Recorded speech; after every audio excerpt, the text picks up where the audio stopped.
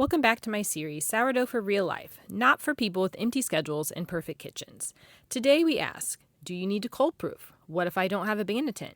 Can I just shape and bake? How quickly can I go from mixing to baking? Well, I tested out exactly that. I even took starters straight from the fridge because that's all I had. So I mixed my normal recipe and did 4 sets of coil folds, 30 minutes apart. Then I set my proofing box to 83 degrees, which is warmer than I normally set it. Because I wasn't going to cold proof, I purposely pushed bulk fermentation so the dough is a little more sticky, but not completely unmanageable. Then I did a lamination for the first shaping because I wanted to create as much structure as possible.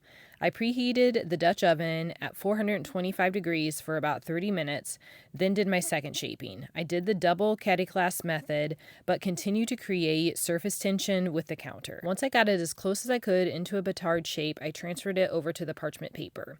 Because of not cold proofing, I knew it would be hard to score, so I went straight into the Dutch oven. I baked it with a lid on for 7 minutes, then did decorative scoring and an expansion score.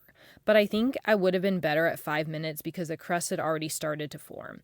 Put the lid back on and baked for 23 minutes, and then another 15 with the lid off. So here are my final thoughts. Despite pushing the bulk fermentation, this loaf was still a little underproofed. So if I did it again, I'd probably push another hour before shaping.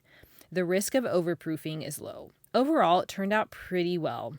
Definitely a little misshapen, but the crumb was great. All in, this loaf was baked 7 hours after mixing.